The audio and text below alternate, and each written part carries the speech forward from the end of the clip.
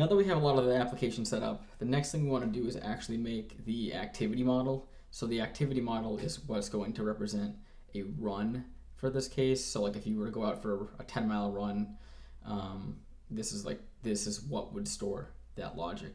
So per usual, we're going to go and make a new branch. I'm going to call this activity model, and we'll create that. Next, we'll go into our code editor and run git fetch. And let's check out the activity model. Make sure we're there. Go ahead and delete these. So flash messages. I wonder, can I do more than one? Let's see. I have no idea if I can do more than one. You'd think I would know, but I don't. So let's see here. Git branch. Ah, that worked. All right, cool. So now we want to create the concept of an activity, and we want to do this starting at the model layer. So we're going to want to do Rails generate model, and our activity is going to need a few things. It's going to need a duration, so like how many hours, minutes, how long was the activity, and we're going to store it as an integer. And what we'll do later is have like on the front end, the form will be like probably 3 fields, one for hours, one for minutes, one for seconds, but then it'll just get compiled down into the amount of seconds, and we'll store it as an integer. The next thing we want to do is category, and I want to make sure I spell that right, and I didn't, so category. This should also be an integer, and this is going to be what's called an where is it here? It's going to be an enum or enumerable, or no, maybe it's just called enum. An enum is when you store something in a database as an integer, but it actually represents kind of like a status. So what this will be is not all activities are going to be a run. So maybe there'll be a run. Strava has the concept of long run, workout, and like cycling, for example. We probably won't get as complicated as that, but at the very least, we're going to want a way for a user to select what they were doing, and not just say like it was an activity. They want to be specific. So that's what this category field is for. Next up is the distance, and we're going to want to use decimal for that. And I think within here, we want to do column modifiers, so precision and scale. So where's an example of this here? Press search. So right in here, and actually I might just steal this. So precision and scale, let me see if I can explain this. So precision defines, it represents the total numbers, or the total amount of numbers or digits in the actual number. So if we had like 100, I think the precision would be 5 here. So there's 5 actual digits here. The scale is how many numbers after the decimal point, so 2. So I'm actually going to leave it at a precision of 5 and a scale of 2. That should get us 100, because it's unlikely someone's going to go in for like it would have to be a 1,000-mile run or bike ride or something, which is probably not going to happen anytime soon, unless there's a new world record being set or something absurd. So we'll do, we get duration, we have category, we have distance. I'm trying to think of what else we need. Difficulty could be nice. And again, I'm going to do that as an integer. And I'm doing integer here because this is going to represent, it's going to be represented with an enum. So a run can either be easy, moderate, or hard. And it'll be more efficient to save that as an integer rather than having that be saved as a text field. So duration, category, distance, and finally we need unit. And again, that's going to be integer. and that's going to be either miles, meters, or kilometers. So let me just make sure I have this right here. So, oh, you know what we didn't even do? Most important thing, got to give it a name. So activity. So Rails generate model activity. Let me just go over this one more time. So duration will be integer, and that's going to be the number of seconds that this particular activity lasted. The category, again, that's an integer, but that's because we're going to do this as an enum. So the categories could either be that it's a run, a workout, a race, or other. And we can change that. We'll keep it as that for now. Distance needs to be decimal because you might go for, a 10.5 mile long run, for example. And this 5 represents the precision, this 2 represents the scale. So 100 with a decimal point and 2 zeros after it would be an example of this. The difficulty will be an integer. Again, that's going to be an enum, and that's going to represent if it was an easy, moderate, or hard run. And then finally, unit, which is breaking on 2 lines here, it's going to be integer, and that's because it's also going to be enumerable. So in this case, we'll store things as miles, meters, or kilometers. So I think we are in good shape to run this. Hopefully this works. Okay, so that ran. Let's check out the migration file before we actually run this migration, because we're going to want to change a few things. So duration for this, I'm trying to think about like what we need to have. Oh, and actually look at this. So this actually decimal 5, decimal 2. So actually, you know what we want to do? So this did not work the way I thought it would. So actually, let's go back here and delete this. And I think what we want to do is, we want to wrap this in quotation marks. I'm trying to see what the docs have to say about this.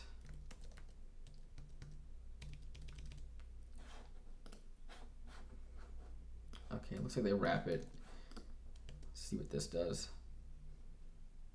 Nope, it's because I ran delete, not generate. Let's check this out one more time.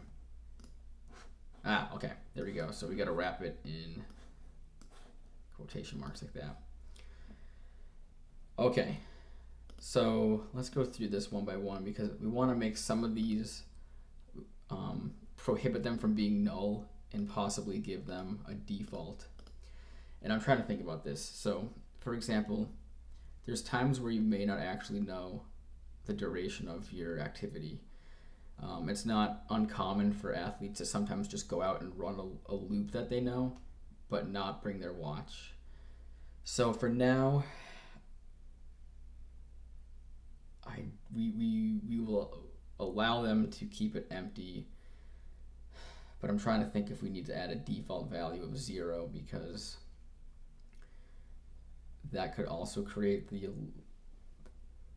could cause some issues later on when we're trying to calculate the pace, for example.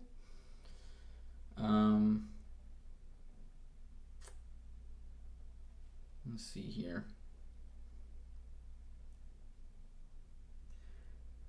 I think we'll leave it blank for now. Category, on the other hand, that's going to be enumerable, and we're going to want to set that to default being 0. And in this case, I'm trying to see if I can show you how this works. So the default value can be set here, and it usually will respond to the first item here. So for example, in this example, there's a conversation, and the enumerable, or the enum attributes are active and archived. If we set the default to 0 at the database level, it means that by default, if you create a conversation, it's going to be set to active. So I'm going to also set this to 0.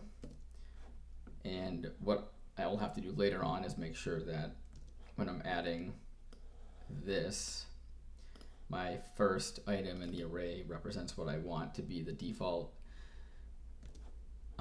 category. which would be probably a run, versus like a workout or a race or other.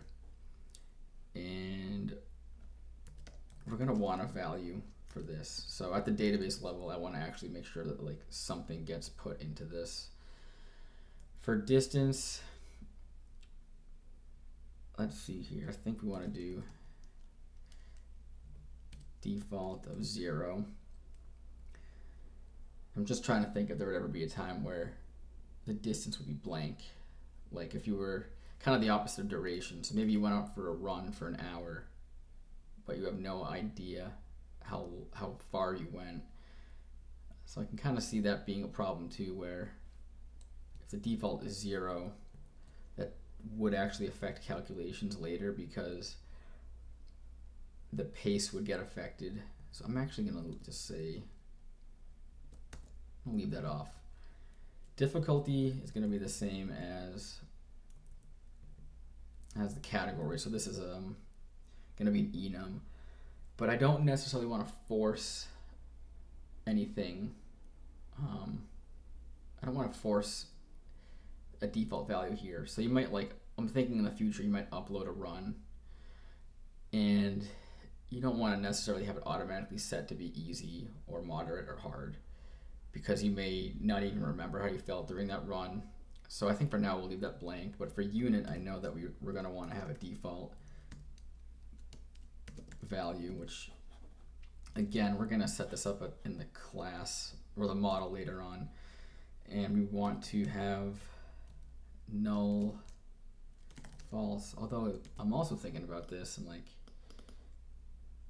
if I were to go for a run, I mean this is another good, see this is half of this is trying to figure out like how to kind of make this future proof, because I can also imagine a time where I went out for an hour-long run and I have no idea if I don't know the distance, I'm also not going to know the unit because the unit won't matter. So you know what, I think I might leave that blank too, but it was good to talk that out. And this could change later on. We can always run additional migrations, but I think I'm going to go ahead and leave this. Let's clear this out. Rails DB migrate. Okay, so that ran. If we go to our schema, we should see that we have a new table called activities.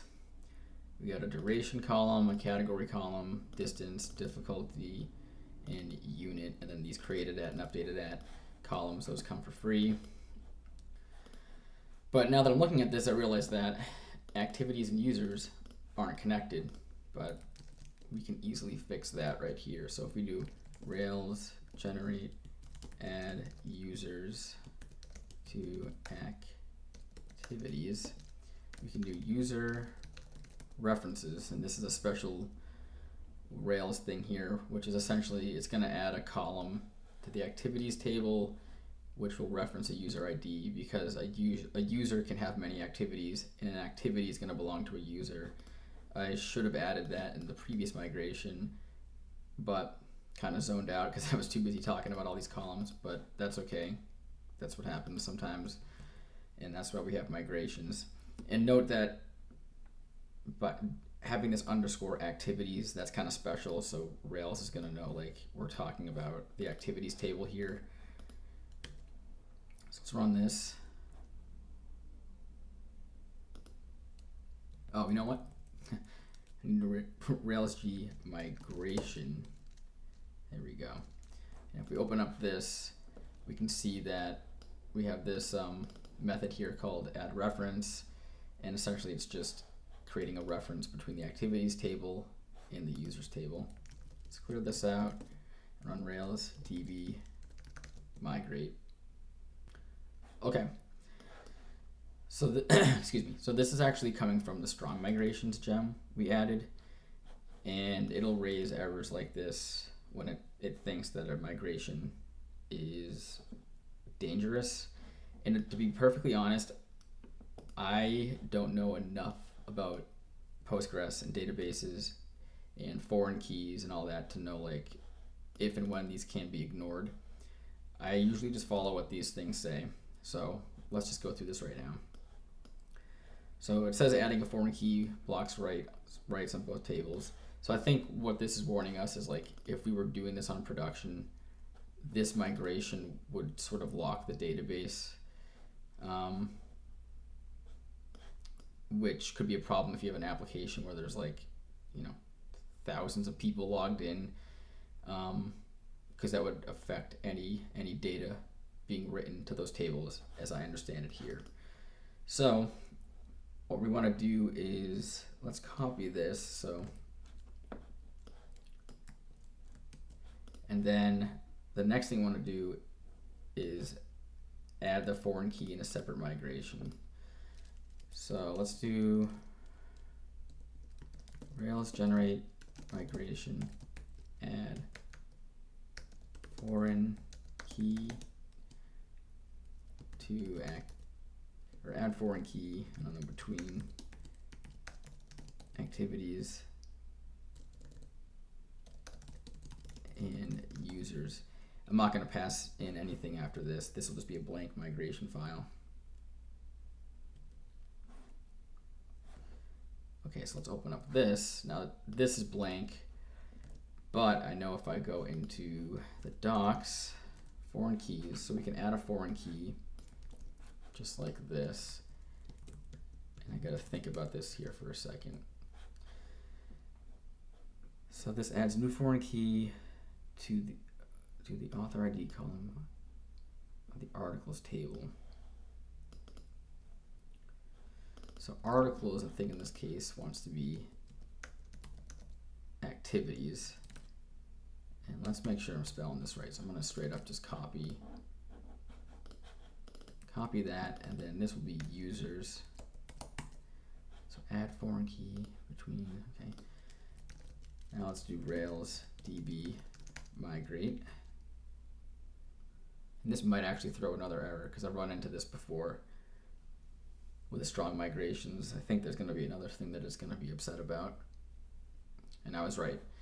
So let's see here. Adding a foreign key blocks writes to both tables. Okay, so this also is similar to the last message, but basically like if we were doing this on production of an existing application, it could affect the database in a way in which if there's a lot of people logged in, they wouldn't be able to write to the database, which would not be good.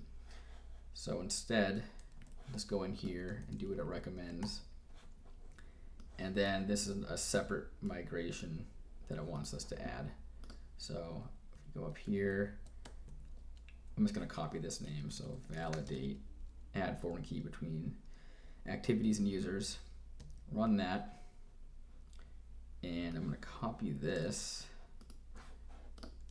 throw that guy in there, clear this out, and run Rails DB migrate. Okay, that worked, but let's check out the schema and see what's going on. Okay, so this is good. Now we have a user ID column on here and an index. So this is looking good. Let's clear this out and let's just go ahead and add all of this. So create activities table and associate with users table. Save that. And let's go ahead and push this up.